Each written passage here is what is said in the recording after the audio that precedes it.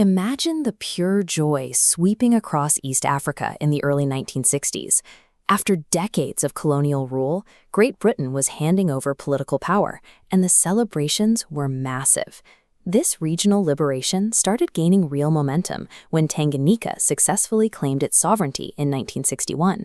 Kenya soon followed, securing its own independence in 1963. The lowering of the Union Jack and the raising of new national flags marked an incredible, hard-fought victory. But the morning after these flag-raising ceremonies, leaders woke up to a harsh reality.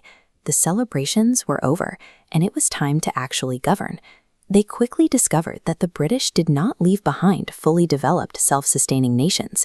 Instead, they left behind colonial economies designed purely to extract wealth, and national treasuries that were completely empty. Gaining political freedom did not automatically grant economic freedom. East Africa's new leaders found themselves managing an overwhelming inheritance of deficits. The first massive hurdle was a set of deep social fractures left by decades of colonial rule.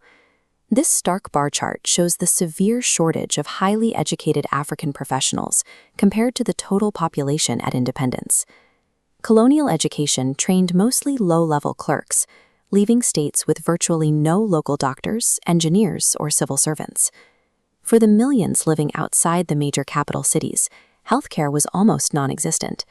Rural communities were heavily ignored by colonial infrastructure, leaving them vulnerable to preventable diseases like malaria and sleeping sickness. The colonialists had also maintained control through a divide-and-rule policy. They intentionally isolated regions and pitted ethnic groups against each other, leaving behind deeply entrenched tribal divisions. As soon as the British left, these fractured groups began fighting for control of the newly independent central governments.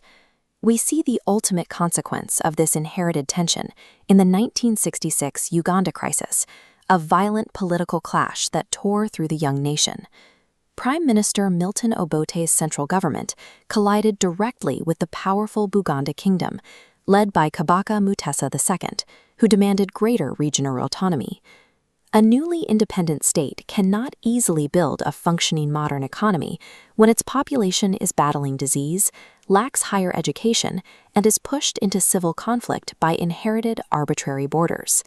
Which brings us to the second massive hurdle, the structural economic trap that kept ordinary citizens marginalized. This pie chart represents business ownership in Uganda's capital, Kampala, in 1963. Even with Africans holding political office, the domestic economy, factories, major shops, and banks, was entirely dominated by foreign corporations and Asian traders. Because of this ownership structure, the vast majority of East Africans remained peasant farmers. They had absolutely no capital or starting funds to build their own businesses. At the exact same time, the new governments desperately needed to build schools, hospitals, and paved roads for their citizens, but their national treasuries had zero funds to do so. They were forced to rely on the fatal flaw of the colonial economic design, an absolute dependence on exporting unprocessed raw cash crops. If the world price for these raw exports dropped even slightly in European markets, the entire East African economy suffered instantly. This flowchart maps the external debt trap. It starts with raw crops exported at low prices. To fund infrastructure, countries borrowed heavily. Then come high-interest foreign loans. Strict terms meant debt payments rapidly drained the economy, completing an inescapable cycle. The taxes paid by struggling commoners were often funneled straight back to foreign banks in Europe, rather than paying for local development. This invisible, continuing system of foreign economic extraction and debt pressure is known as neocolonialism. Neocolonialism allowed former colonial powers to maintain tight, indirect control over independent African nations through trade agreements and financial leverage, without deploying an army. While early African leaders certainly made mistakes, the widespread post-independence poverty was largely the result of inheriting a broken, deeply extractive system. Early leaders tried to fight back. They promoted national patriotism over tribal loyalty, emphasizing unifying languages like Swahili in Tanzania to bind their fractured populations together. They also attempted to distribute national resources more evenly across regions, and pushed to build local manufacturing industries to process their own raw materials instead of shipping them away. These historical socio-economic struggles are directly tied to the present day.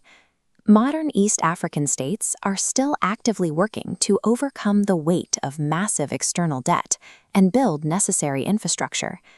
Gaining political independence in the 1960s was a monumental first step, but achieving true socio-economic freedom is a continuous, hard-fought journey that these nations are still actively traveling today.